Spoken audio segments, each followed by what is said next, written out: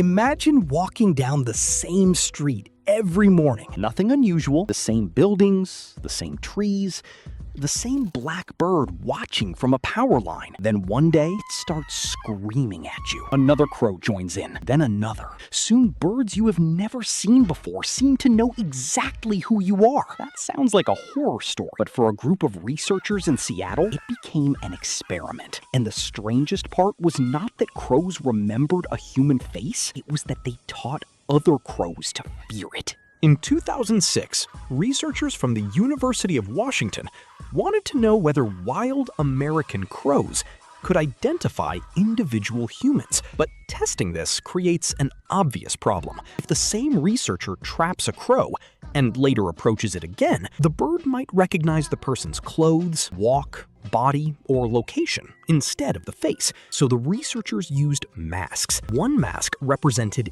danger. While wearing it, the team captured, banded, and released several crows at different locations around Seattle. A different mask was used as a neutral control. That person simply walked through the area without trapping birds. Later, people wearing the masks returned. The dangerous mask triggered a very different response. Crows scolded it with harsh calls. Some followed the wearer. Others gathered into groups and joined the alarm. The neutral face received far less attention. The birds were not merely reacting to any strange human wearing a mask. They had learned that one specific face meant trouble, and they were surprisingly precise. The crows that had personally been trapped were better at distinguishing the dangerous face from similar-looking neutral faces. Birds that learned only by watching others still recognized the warning, but their response was less exact. That difference reveals something important. Social information travels quickly, but first-hand experience carries more detail. It is like hearing that a dangerous person wears a red jacket versus standing close enough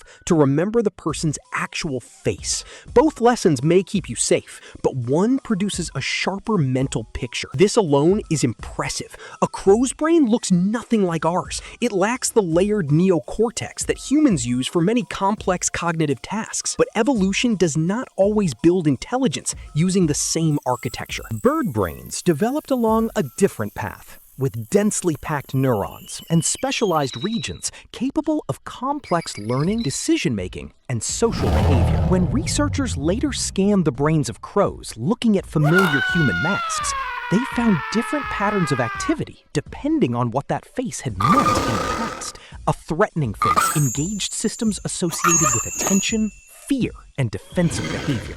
The crow was not just seeing a collection of features, it was connecting that face to an experience. This ability is especially useful for an animal living in a human-built world. To a crow, people are not one uniform species moving through the background. Some people leave food, some guard trash cans, some climb toward nests, some capture birds for research. Treating every human as equally dangerous would waste time and energy.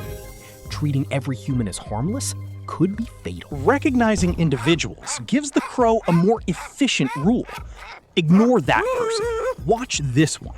Avoid the one with that face. But memory was only the beginning. Some of the crows that attacked the dangerous mask had never been captured by the researchers. They had watched other birds react. The warning spread. Adult crows learned from other adults. Young crows learned from their parents. Birds that had never directly experienced the original danger began scolding the same face. At one research location, the behavior spread at least 1.2 kilometers from where the trapping happened. And over 5 years, the proportion of crows reacting to the dangerous mask roughly doubled. Think about what that means. To one crow, a face was a bad memory. To the group, it became information. The danger no longer needed to happen again. The warning could travel from bird to bird and from one generation to the next. This is one reason crow intelligence is so useful in cities. Urban environments change constantly. A food source can appear overnight. A safe nesting area can become dangerous. One human may feed birds, while another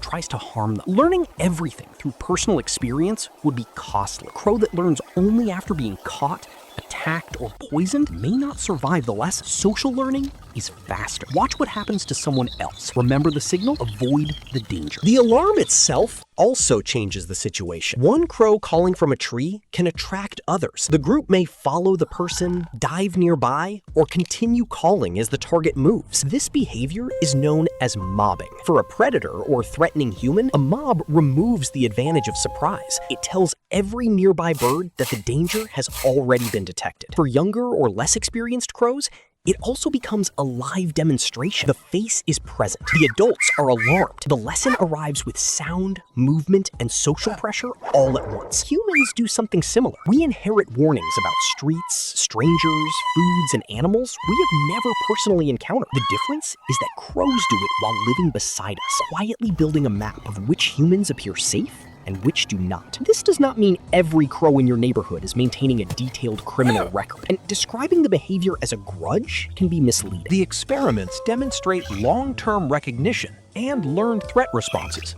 They do not prove that a crow experiences resentment in the same way a human does. The face represents risk. That distinction matters because fear can look personal, even when it is practical. There is also no evidence that a crow literally remembers every enemy forever. What the research does show is still remarkable. Wild crows can distinguish human faces, retain associations with danger for years, and spread those associations socially. So, what should you do with this information? Probably not test it by annoying a crow. If one begins calling loudly when you approach, it may be defending a nest, responding to a previous interaction, or simply joining the alarm of another bird. Give it space, because the bird watching you from the power line may not know what you did. It may only know what another crow told it.